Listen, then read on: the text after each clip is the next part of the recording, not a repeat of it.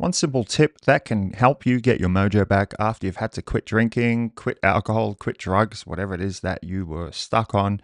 Here's one simple thing you can do to get your mojo back, get yourself back out there, get going to parties, continue socializing, etc. The tip is surround yourself with people that are unapologetically themselves.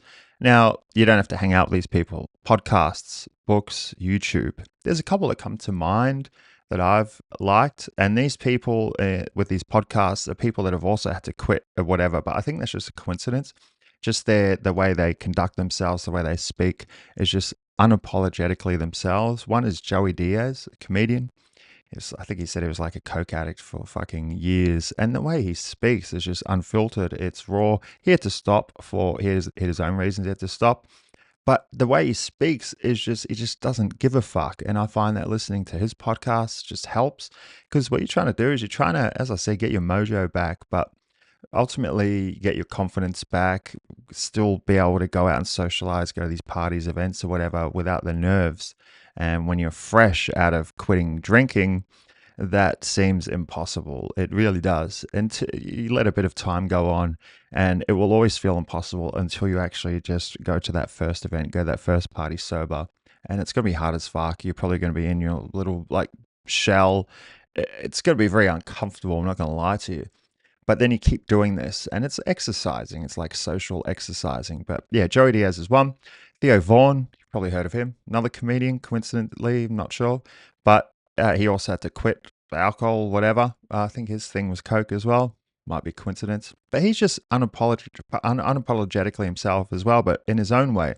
Like he gets real deep and he just asks questions that seem real innocent, but to others they could seem really offensive. But he's just got that innocent mindset and curiosity. It's like a childlike curiosity, and he'll just ask questions that other people normally might not ask, regarding race, or say, I don't want to go into detail on here, but say speaking to someone that is of a different culture to him, he'll just flat out ask why they do something, because a lot of people are just genuinely curious. And he'll just ask these kind of questions, and you might listen or watch his YouTube, the podcast, and you go, "Oh well, fuck, that's really offensive." But he's just curious. So, and he's unapologetically himself, and listening to that helps as well. And then regarding girls or guys or whatever, if you were single and you had to quit alcohol, and perhaps drinking at bars or clubs was your way to get a partner before, way to, I don't know, take someone home, and then you stop that, it feels like that part of your life can be missing as well. So then if that's the case, then there's another guy or guys that come to mind. You could go on YouTube. It's like Mystery. The Game. There's a book, The Game, written by Neil Strauss. They're like pickup artists. You can listen to Mystery and all those guys on YouTube.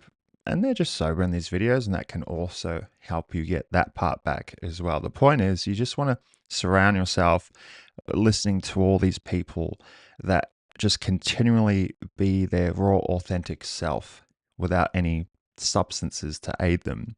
And I find that just by continually listening to these people and podcasts, watching the videos or whatever, just in everyday life, you might be on a long drive, listen to podcasts, listen to a Joey Diaz podcast. They're awesome. Or listen to Theo Vaughn podcasts. Just everyday drives, and you don't even notice, but your subconscious is taking all of this in, and it will influence you. And then the next time you go out to like a party or whatever, and you're obviously sober now, you might want to say something or ask a curious question that could seem offensive. Even though it might not be intended to be, it could seem offensive. But then suddenly in your subconscious, you'll have Theo Vaughn, you'll have Joey Diaz, you'll have these guys. And then suddenly you'll be like, oh, fuck it, they do it. Like that's what you'll be thinking. And then say if it's like girls or guys, whatever your thing is, and you're out somewhere and you might want to go up to them. And then the first thing that's going to come to your head is like, oh no, I'm like thinking too much. They're going to sense it. And they will if you're thinking too much and you're nervous. But then you might have that little like mystery, the guy mystery, his alias, and like the YouTube videos I was talking about earlier, that might come to your mind because it'll be embedded in your subconscious, and you'll remember something he did, and they'll give you that little boost. So yeah, that's just something that's helped me over the years, because like you just have to face it. You can't use that stuff anymore. And if you're like me, you still want to socialize and whatever and get out there. So you got no choice. You just have to adapt. And I find that is the easiest way to do it. You're just surrounding yourself in everyday life with these kind of people, just being raw, being honest, being offensive, funny, whatever, being confident. And I find that just helps in everyday life. So anyways, as usual, if you got anything from this video, smash the like button, smash the subscribe button, and I'll see you on the next one.